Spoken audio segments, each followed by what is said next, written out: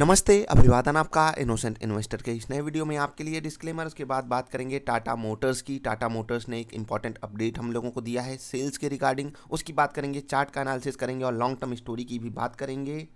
उससे पहले आपसे कहेंगे वीडियो लाइक कर लीजिए। चलिए एक्सप्लेनेशन पे चलते हैं। अगर रियल बात करें तो 21% की सेल्स बढ़ी हुई है टाटा मोटर्स की। ये एक पॉजिटिव नंबर है। चलिए, बहुत पॉजिटिव है जी? नहीं, एक पॉजिटिव नंबर है, लेकिन इतना पॉजिटिव नहीं कि हम स्टॉक में 5-10% का मोमेंटम देख लें। खैर, ये मोमेंटम आने की पूरी संभावना भी हो सकती है। बाजार पॉजिटिव रह गई तो इस बाजार में कुछ भी होता है। खैर, आगे बढ़ते हैं। 53,430 यूनिट्स बेची गई हैं दिसंबर में, जो कि 21% है पिछले साल के इसी महीने से। अगर एग्जैक्टली नंबर्स में आप देखना चाहेंगे तो यहाँ पर आप देख सकते हैं, दिसंबर 2019 में 44,254 गाड़ी बिकी थी। दिसंबर 2020 में 53,430 गाड़ियाँ बिकी हैं, जो कि आप यहाँ से देख सकते हैं 53,430। ठीक, अभी आते हैं परसेंटेज टर्म्स में। अगर देखें 21% का चेंज है। अब अगर Q3 फाइनेंशियल ईयर 21 से कंपेयर करें Q3 फाइनेंशियल ईयर 20 को, तो यहाँ पर 24% की ग्रोथ है। खैर, इस चीज़ को आप एक बार के लिए इग्नोर करो, यहाँ पर रहिए, फोकस आपको इसी पे रखना है। बाकी अन्य डिटेल्स आपको यहाँ पर दी गई हैं, कौन सी गाड़ी कितनी बिकी है, ओवरऑल गाड़ियाँ कितनी बिकी हैं, कौन सी चेंज आई, कौन सी कहाँ क्या हुआ, सारी चीज़ें यहाँ पर एक्सप्लेन है, आप इसको पढ़ सकते हैं। लेकिन हम बात करेंगे जो मोस्ट इंपॉर्टेंट चीज़ है उसकी, और मोस्ट इंपॉर्टेंट चीज़ है इलेक्ट्रॉनिक व्हीकल। ये मुझे बहुत पॉजिटिव संकेत दे रहा है, और आप देखेंगे कि इलेक्ट्रॉनिक व्हीकल्स में नेक्सॉन अलग ही नाम बनाता जा रहा है अपना, या बनाती जा रही है। आप बताइएगा, नेक्सॉन पुल्लिंग है या स्त्रीलिंग है? हिंदी में, इंग्लिश में क्या कहते हैं? इंग्लिश में एग्जैक्टली मेल और फीमेल के अलावा क्या कहते हैं? Masculine and feminine. शायद मैं सही हूँ, तो आप बताइएगा नीचे ये कौन सी है, नेक्सॉन कौन सी कैटेगरी में आती है। खैर, चलिए नेक्सॉन की बात आगे करते हैं। नेक्सॉन इलेक्ट्रॉनिक व्हीकल, अब इसकी सेल्स अगर आप देखेंगे इस क्वार्टर में जो हाईएस्ट एवर सेल्स हुई हैं वो कमाल की हैं। 1253 गाड़ियां इन्होंने इस क्वार्टर में बेची हैं, जो पिछला क्वार्टर गया Q3 फाइनेंशियल ईयर 21, और 418 गाड़ियां बेची हैं इन्होंने दिसंबर 2020 में। क्योंकि डिमांड अभी इलेक्ट्रॉनिक व्हीकल्स की कम है, ये गाड़ियां अभी महंगी हैं, और अभी जो चार्जिंग स्टेशंस हैं, चार्जिंग पॉइंट्स हैं, वो भी कम अवेलेबल हैं। इसलिए इस चीज़ को हम बिल्कुल जस्टिफिकेशन देते हैं, और इसको मैं बहुत बड़ा प्लस पॉइंट मानता हूँ टाटा मोटर्स के लिए। याद रखिएगा, अगर टाटा मोटर्स अपने इलेक्ट्रॉनिक व्हीकल्स को इसी लेवल से लेकर आगे चलता रहा तो हो सकता है कि अभी के हिसाब से हमको लगे कि मारुति सुजुकी को ये नहीं पछाड़ सकते, लेकिन रियलिटी कुछ और हो सकती है। कंपनी अपने आप को डेट फ्री करने की बात सोच रही है, ग्रुप बेहतरीन है, ये सब चीज़ें हमारे फेवर में हैं। लेकिन ओवरऑल अगर इस वक्त का सिनारियो देखा जाए तो टाटा मोटर्स के इस इन नंबर से मैं इम्प्रेसिव, मतलब इन्होंने हमको इम्प्रेस किया है, बस इतना समझ लीजिए। ये नंबर मेरे लिए मतलब नॉर्मल बेसिस पे है। अब थोड़ा सा हम चार्ट का एनालिसिस आपको देंगे, लेकिन पहली चीज़ आपको जो समझनी है वो ये समझनी है कि ये जो 21% की ग्रोथ आई है ये मंथली है, याद रखिएगा। और मंथली का मतलब क्या है कि ये न्यूज़ जो है वो पुरानी हो चुकी है। पुरानी मतलब ओल्ड न्यूज़। ओल्ड न्यूज़ का सेंस क्या है मैं वो समझा देता हूँ। आप लोग जाओगे, खरीद लोगे, और एक्सप्लेनेशन मैं दूंगा, खरीदने वाला भी। खरीद क्यों लोगे ये भी बताना, क्योंकि ये जो न्यूज़ आई है, अब समझिए कि कोई एक गाड़ी बेचने वाला है, एजेंसी है, ठीक। आप यहाँ पर गाड़ी खरीदने जाते हो तो आपको पता चल जाता है कौन सी गाड़ी बिक रही है, वो खुद ही बताते हैं। दूसरी चीज़, जो बड़े प्लेयर्स होते हैं उनको पता चल जाता है बड़ी बड़ी एजेंसियों से, या कहीं ना कहीं से उनको पता चल जाता है कि हाँ, इस बार कौन सी कंपनी की कौन सी गाड़ी ज़्यादा बिक रही है, कौन सी कंपनी की सेल्स बढ़ेगी घटेगी। और टॉप 10 डीलर इंडिया में पकड़ लीजिए, वहाँ से आपको एक हिंट मिल जाता है कि कितनी गाड़ी कहाँ से कितनी बिक रही है। अगर जनरल टर्म में मैं इसको कैलकुलेट लाकर करना चाहूँ तो आपके सामने मैं ये कहूँगा कि ये जो 21% की ग्रोथ आई है इसको सब जानते हैं। हम आप जो रिटेल इन्वेस्टर हैं, बस उन्हीं को नहीं पता होता है। कंपनी रेगुलेटरी फाइलिंग इसलिए करती है कि कंपनी के पास ये मतलब जिम्मेदारी होती है कि अपने जो माइनर शेयर होल्डर्स हैं उनको भी अपडेट दे, इन्फॉर्मेशन पहुँच जाए उनके पास, ठीक।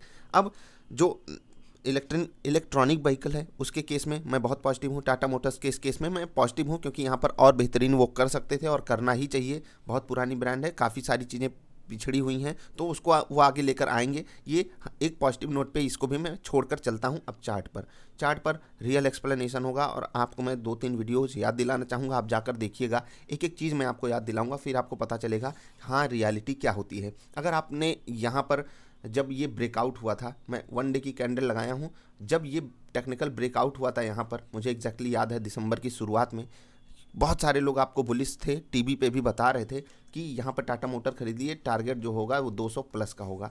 और मैंने आपको साफ साफ मना किया था टाटा मोटर्स खरीदने थे, और आपसे कहा था कि आप यहाँ पर 165 रुपये का स्टॉप लॉस नहीं अफोर्ड कर सकते, तो 165 के नीचे जिस दिन जाए उस दिन आपको बाई करना है। याद है वो वीडियो? हो सकेगा मैं वो वीडियो आपको प्रोवाइड भी कर दूंगा। बाकी दूसरी चीज़ मैं आपको बताता हूँ, जब मैंने बाई करने को बोला था उसको छोड़ दीजिए। जिस दिन टाटा मोटर यहाँ गिरा था 164-65 के आसपास, उस दिन मैंने आपको वीडियो बनाई थी और आपको बोला था बाई कर लीजिए। अब ये मैंने क्यों कहा था बाई कर लीजिए? क्योंकि मैं उस पर पहले भी देख चुका था, Fibonacci retracement, technical levels, fundamentally भी कंपनी के लिए पॉजिटिव न्यूज़ थी। बस मार्केट में क्रैश आया और मैंने आपको सिंपली वीडियो बनाकर बाई करने के लिए साफ साफ बोला है कि बाई कर लीजिए। और वहाँ से देख लीजिए 165 रुपये से उसके नीचे क्लोजिंग नहीं दिया और 185 रुपये आ गया। अब आप कहेंगे ये 15%, 14-15% की ग्रोथ का कोई मतलब नहीं है, तो आप एक अच्छे स्विंग ट्रेडर नहीं हो। आप यहाँ खरीदोगे, यहाँ तक आओगे, फिर यहीं एग्जिट कर जाओगे, आप कॉस्ट पे एग्जिट करोगे। ठीक है, हम सही जगह लेकर 14-15% का प्रॉफिट ले लिए। अब आप बताइए कौन सही है, कौन सही है? मैं कुछ यहाँ पर, कोई होता है ना कि अपनी तारीफ तो की ही जाती है, कौन नहीं करता।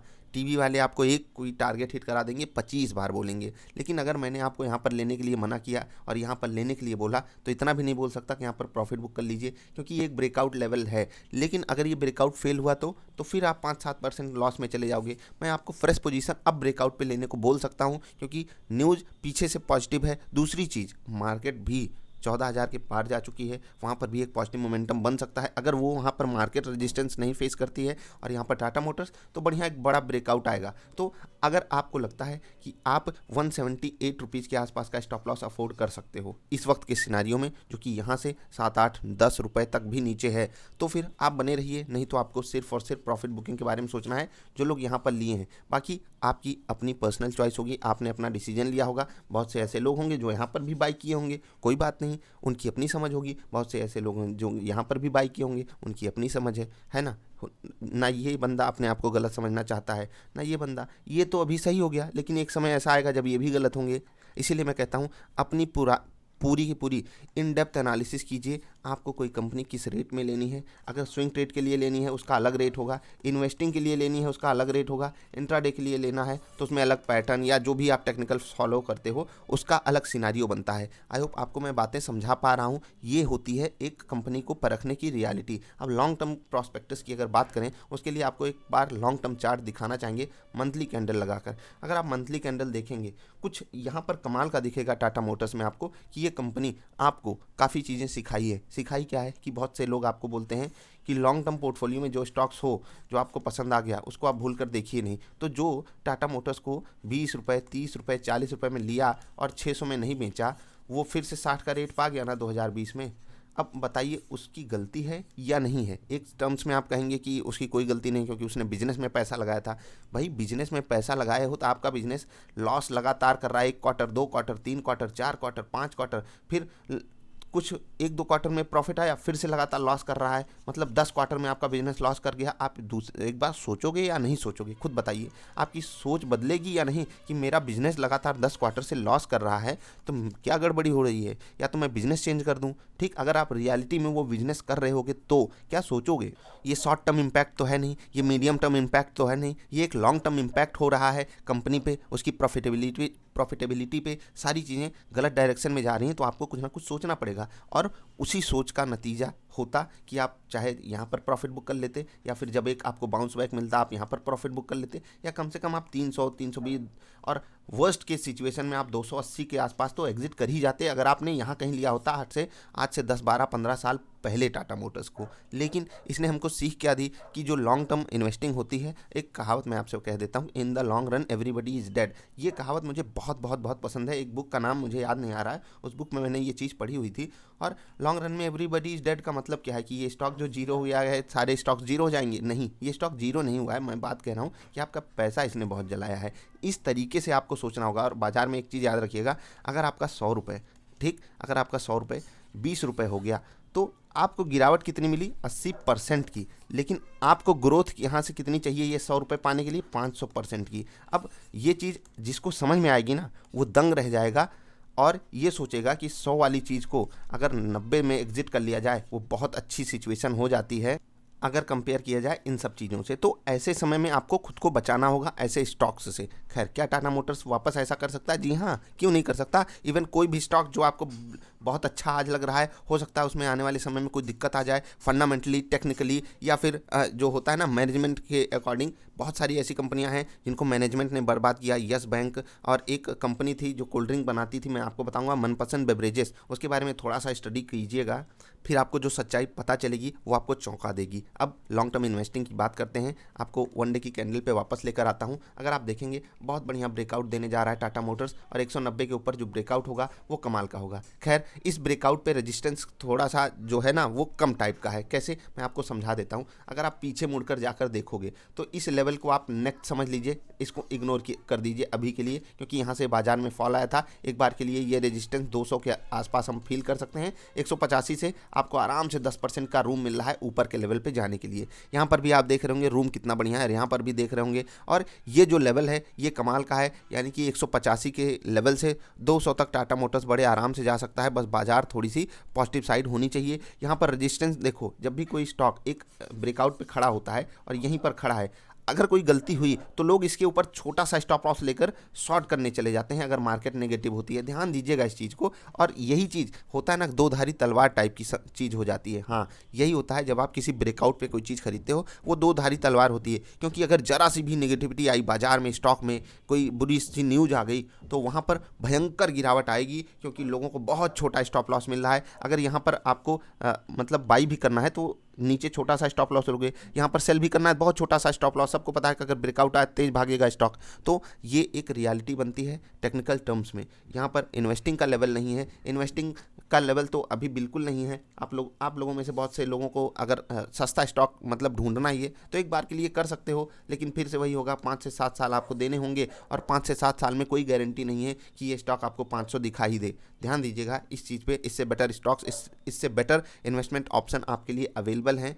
कम से कम जब आप 3 से 5 साल सोचते हो। स्विंग ट्रेड और ब्रेकआउट ट्रेडिंग के लिए अभी परफेक्ट है। अपॉर्चुनिटी मिलती है तो नीचे के लेवल पे हम जरूर इसमें इन्वेस्टिंग कर सकते हैं, क्योंकि वहाँ पर हमारा रिस्क रिवार्ड जो है वो फेवरेबल हो जाएगा। वापस अगर अब आपको ये 160 पे भी मिले तो नहीं लेना है, क्योंकि टेक्निकल टर्म्स अपने आप को ना खराब कर लेते हैं। एक बार अगर वो टच करके आते हैं और दोबारा वहाँ पर जाते हैं। मैं क्या कह रहा हूँ कि अगर आपको दोबारा ये 160 पे मिले तो अब मैं बाई नहीं करूँगा, ना ही आपको सलाह दूंगा बाई करने की। और कम से कम ये सलाह मैं 75% केस में नहीं दूंगा। अब 20-25% केसेस में हो सकता है कि मेरी राय बदल जाए और आपको वहाँ पर मैं दे सकता हूँ, लेकिन सिनारियो थोड़ा सा अलग चेंज होता है। टेक्निकली चीज़ें बहुत ड्रास्टिकली चेंज होती हैं, तो इसलिए आपको अलर्ट होना है। अब टीवी वाले एक्सपर्ट से जाकर पूछिए, और मैं आपको कहेंगे तो ये प्रूफ भी दे दूंगा। मैंने एक वीडियो भी बनाकर डाली हुई थी, यहाँ पर आपको टीवी वाले बहुत अच्छे से कह रहे हैं हाँ हाँ ब्रेकआउट है, खरीद लीजिए, और देखिए क्या हुआ। खैर, यहाँ पर ब्रेकआउट तो यहीं फेल हो गया था, आप सोचिए कि 185 में आपको दिलाया माल 175 आ गया। आप कितना बड़ा स्टॉप लॉस लेते हो बाजार में? 5-7% से बड़ा लेते हो, आप बहुत बड़ी मिस्टेक कर रहे हो।